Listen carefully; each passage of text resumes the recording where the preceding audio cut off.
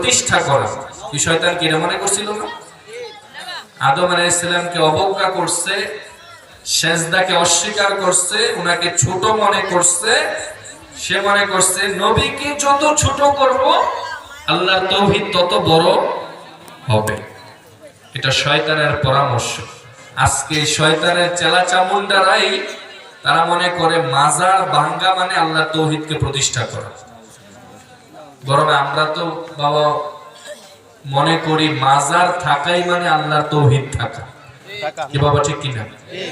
কেউ আল্লাহর কি মাজার আছে নাকি? তারা কি মাজারকে আল্লাহর মাজার মনে করে? কি বাবা, মাজার তো তারই হবে যিনি বান্দা হবেন, যার ইন্তেকাল আছে। আল্লাহর তো ইন্তেকালও নাই, মাজারও নাই, কিছু নাই। তার মানে তাদের কথা হইলো মাজার থাকানো নয়, আল্লাহর তাওহীদের সাথে কি করা সাংঘর্ষিক।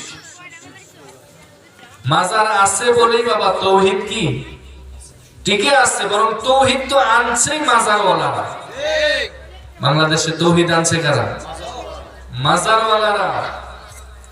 শাহজালাল বাবা না আইলে আজকে তোমার গলার মধ্যে হত্যা থাকতো আর পরনের মধ্যে লেংটি থাকতো। ঠিক কিনা? আজকে কার চিন্নি খাইলা মোল্লা সিল্লা। ওলি আল্লাহদের বিরোধিতা কইরেন না, ধ্বংস হয়ে যাবেন। এদের ধ্বংস অনিবার্য। সামনে দেখেন না কি হয়, অপেক্ষায় আছি খালি আমরা। যদি হক্কানি ওলির কোন মাজারে তারা হাত দিয়ে থাকে, এই হাত ধ্বংস হয়ে শুধু সময়ের অপেক্ষা, সব অপেক্ষায় আছে। তাহলে আমাদের সকলকে ওলি প্রেমিক, নবী প্রেমিক হিসেবে কবুল করে করুন, আমিন।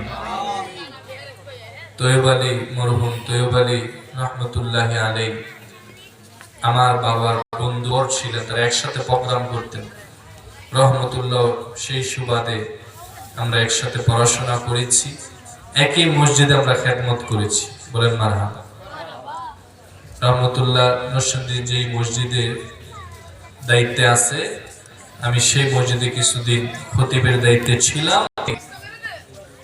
আমাদের সহযোদ্ধারা সবাই উদ্দেশ্য কি? আল্লাহ এবং আল্লাহর হাবিবকে খুশি করা। দুনিয়াবি কোনো ওই যে আমারে দাওয়াত দিলে আবার ওনারে আমি নিমু, ওনারে দাওয়াত দিলে উনি আমাকে নেবে, এই ধরনের কোনো নিয়ত নাই। বাবা দুইটা বই লিখছিলাম নিয়ম, আলেমদেরকে দিতে দিতে প্রায় শেষ। 3টা না 4টা আছে, এ আছে দেন। মারিফুল হাজার হাজার যুবক তার পাগল।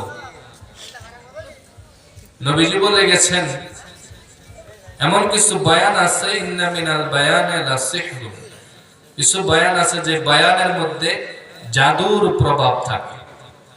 সেই বক্তার কথার মধ্যে কি জাদুর প্রভাব আছে? আছে হয়তো, নাহলে এত মানুষ বেহুদা ফেসাল পারে রাজনৈতিক বক্তব্য দেয়। এই বেড়ার পাগল হওয়ার দরকার ছিল? আমার নবীকে বলে কাউবয়। ইমান আছে না গেছে? কাউবয় অর্থ জানে সে? ইংরেজি যে একটা সাইডা দিল, কাউবয় অর্থ কি? রাখাল। কোরআনে কারীম সূরা বাকারা 104 নং আয়াতে রাখাল বলতে আল্লাহ নিষেধ করছে। আয়াত কি হয় পড়ছেন না? এটার চাইতে বড় জঘন্য একটা অর্থ আছে। দুষ্ট ইতর শ্রেণীর লোককে কাউবয় বলা হয়। ইংরেজি একটা সাইডা দিচ্ছে আর মানুষ, আরে এর চাইতে বড় ইংরেজিও কোন নেওয়ালা তো এই দেশ নাই কেন? কে বাবা ইংরেজিতে আমেরিকার যায় জুতা সিলায়, হ্যাঁ ইংরেজি কয়। ইংরেজি একটা 3000 ভাষার মধ্যে একটা ভাষা। এটা জানলেই কি আর না জানলেই কি? যার ভিতরে কোরআন হাদিসের এলেম আছে, যার ভিতরে আল্লাহর হাবিবের ইশক মহব্বত প্রেম ভালোবাসা তাজিম ও তৌকির আছে, সে যদি রিকশা চালক হয়, সে যদি দিন মজুর হয়, সে আমার মাথার তাস। কি বলেন ঠিক কিনা?